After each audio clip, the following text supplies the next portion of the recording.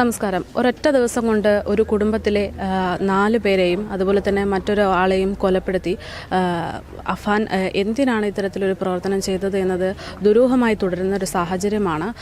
തൻ്റെ സഹോദരനെ എന്നും ഒപ്പം നിർത്തിയിരുന്ന അഫാൻ ആ കുട്ടിക്ക് ഇഷ്ടപ്പെട്ട ഭക്ഷണം പോലും വാങ്ങിക്കൊടുത്തിട്ട് പ്ലാൻ ചെയ്ത് ഇത്തരത്തിലൊരു കൊലപാതകം നടത്തിയത് സാമ്പത്തിക പ്രതിസന്ധിയുടെ പേരിലാണ് എന്നത് ആർക്കും വിശ്വസിക്കാൻ സാധിക്കാത്തൊരു സാഹചര്യമാണ്. കാരണം ഈ കുടുംബത്തിന് കടം ഉണ്ടായിരുന്നു എന്നൊക്കെയാണ് പറയുന്നത്.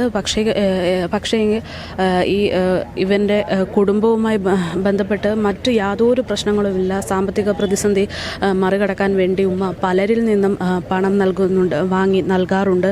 അതുപോലെ തന്നെ ഈ അഫാൻ്റെ പെൺസുഹൃത്തിൽ നിന്നും ഒരുപാട് പണം ഇവന് വേണ്ടി നൽകിയിട്ടുണ്ട്. അങ്ങനെ പല സ്ഥലത്തു നിന്നും സഹായം ലഭിക്കുന്ന ഒരാൾ, അതും 23 വയസ്സുള്ള ഒരു വ്യക്തിക്ക് എന്തായിരുന്നു ഇത്രയും ആളുകളെ കൊലപ്പെടുത്തി സാമ്പത്തിക പ്രതിസന്ധിയെ മറികടക്കാമെന്നുള്ള ഒരു ചിന്തയിലേക്ക് എത്തിയത് എന്നതൊരു വലിയ ചോദ്യമാണ്. അതുപോലെ തന്നെ അഫാൻ ലഹരിക്ക് അടിമയാണ് എന്നാണ് പോലീസിൽ നിന്നൊക്കെ ലഭിക്കുന്ന വിവരം. എന്നാൽ അഫാനുമായി ബന്ധപ്പെട്ട് അടുത്തു നിൽക്കുന്ന പലരും പറയുന്നത് അതുപോലെയൊരു മയക്കുമരുന്നിന് അടിമയായ ഒരു വ്യക്തിയല്ല അഫാൻ എന്നുള്ളത് തന്നെയാണ്. അതേപോലെ തന്നെ കൃത്യമായൊരു സൗഹൃദ വലയം പോലും ഇല്ലാത്ത ഇയാൾ എവിടെ നിന്നാണ് ഇത്തരത്തിൽ ലഹരി ഉപയോഗിക്കുന്നത്, ഇത് ആര് നൽകുന്നു, ഏത് തരത്തിലുള്ള ലഹരി വസ്തുക്കളാണ് ഉപയോഗിച്ചത് എന്നതിനെക്കുറിച്ചുള്ള വിവരങ്ങളൊക്കെ ലഭിക്കാനുണ്ട്. എന്തായാലും ഇപ്പോൾ അഫാൻ്റെ വീട്ടിൽ ഇതുമായി ബന്ധപ്പെട്ട് പോലീസ് എത്തിയിരിക്കുകയാണ്. കൂടുതൽ തെളിവുകൾക്ക് വേണ്ടി പോലീസ് അന്വേഷണം നടത്തിക്കൊണ്ടിരിക്കുകയാണ്. ഒരു ദിവസം മുഴുവനായി ഇദ്ദേഹം പ്ലാൻ ചെയ്താണ് ഇത്തരത്തിലൊരു കൊലപാതകം നടത്തിയിരിക്കുന്നത് എന്ന് തന്നെയാണ് പുറത്തുവരുന്ന വിവരം. അഫാൻ രാവിലെ ആണ് മാതാവിനെ കൊലപ്പെടുത്തിയത് എന്ന് തന്നെയാണ് ഇപ്പോൾ പലരും പറയുന്നത്. കാരണം ഈ മാതാവിൻ്റെ തലയ്ക്ക് നിരവധി മുറിവുകളുണ്ടായിരുന്നു. മാതാവ് കിടന്നിരുന്ന റൂമിൽ ഒരുപാട് സാധനങ്ങളൊക്കെ വലിച്ചു വാരിയിട്ടിരിക്കുന്ന ഒരു സാഹചര്യമാണ്.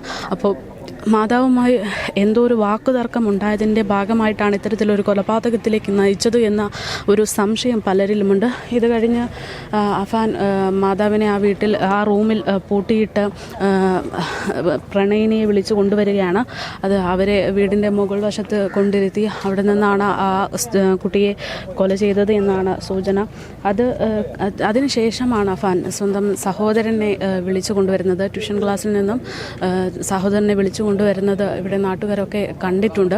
അപ്പോൾ പോലും യാതൊരു കാര്യങ്ങളും സംഭവിക്കാത്ത മട്ടിൽ തന്നെയായിരുന്നു ഇവരുടെയൊക്കെ ഒരു രീതി എന്ന് തന്നെയാണ് പറയുന്നത്. ഇത് കഴിഞ്ഞ് വീട് പൂട്ടിയിട്ട് ഗ്യാസ് സിലിണ്ടർ ഓൺ ചെയ്തിട്ട് അഫാൻ കുളിച്ചൊരുങ്ങി പോലീസ് സ്റ്റേഷനിലേക്ക് പോവുകയാണ്. ഇതിനിടെ അഫാൻ മറ്റ് ബന്ധുക്കളുടെ വീട്ടിൽ ചെന്ന് അഫാൻ്റെ ബാപ്പയുടെ ഉമ്മയെയും അതുപോലെ തന്നെ ബാപ്പയുടെ സഹോദരനെയും ഭാര്യയെയും ഒക്കെ കൊലപ്പെടുത്തിയിരിക്കുകയാണ്. എന്തിനാണ് ഇത്തരത്തിൽ ഈ ബന്ധുക്കളെ പോലും തിരഞ്ഞുപിടിച്ച് കൊലപ്പെടുത്തിയത് എന്നത് സാമ്പത്തിക പ്രതിസന്ധിയുടെ ഭാഗമായിട്ട് അഫാൻ ഈ ഉമ്മയെയൊക്കെ നേരിട്ട് കണ്ടിരുന്നു. അപ്പോൾ സഹായത്തിന് പണം നൽകിയില്ല എന്നുള്ള രീതിയിലൊക്കെ ഒരു വശത്ത് നിന്ന് പറയുന്നുണ്ട്. അതേസമയം മറുവശത്ത് അഫാൻ്റെ ഈ പ്രണയം ഈ കുടുംബം അംഗീകരിച്ചിരുന്നില്ല, അതിൻ്റെ പേരിലുള്ള ഒരു കൊലപാതകമാണ് ഈ കണ്ടിരിക്കുന്നത് എന്നും പറയുന്നുണ്ട്. എന്തായാലും ഇതിൻ്റെ നിർണായകമായിട്ടിരിക്കുന്നത് അഫാൻ്റെയും അതുപോലെ തന്നെ ഇപ്പോൾ ചികിത്സയിൽ തുടരുന്ന അഫാൻ്റെ ഉമ്മയുടെയും അതുപോലെ തന്നെ ഗൾഫിൽ നിന്ന് വരുന്ന അഫാൻ്റെ ബാപ്പയുടെയൊക്കെ മൊഴിയാണ്. ഈ മൊഴിയാണ് യഥാർത്ഥത്തിൽ ഇനി എന്താണ് ഇവിടെ സംഭവിച്ചിരുന്നത് എന്നത് വ്യക്തമാക്കുകയുള്ളൂ. എന്തായാലും അതിക്രൂരമായിട്ടുള്ള കൊലപാതകം തന്നെയാണ് ഇവിടെ നടന്നിരിക്കുന്നത്. 6 പേരെ കൊലപ്പെടുത്താൻ ശ്രമിക്കുന്നു. അതിൽ 5 പേർ മരണപ്പെട്ടു. ഒരാൾ ജീവന് വേണ്ടി മല്ലിടുകയാണ്. എന്തായാലും അഫാൻ എന്നൊരു വ്യക്തി ഇത്തരത്തിലൊരു കൊലപാതകം ചെയ്യില്ല എന്ന് തന്നെയാണ് പലരും പറയുന്നത്. പക്ഷേ ചെയ്തു എന്നതിന് തെളിവ് അഫാൻ തന്നെ പറയുമ്പോൾ എന്തിനായിരുന്നു ഇത് എന്നത് ഒരു ചോദ്യം തന്നെയാണ്.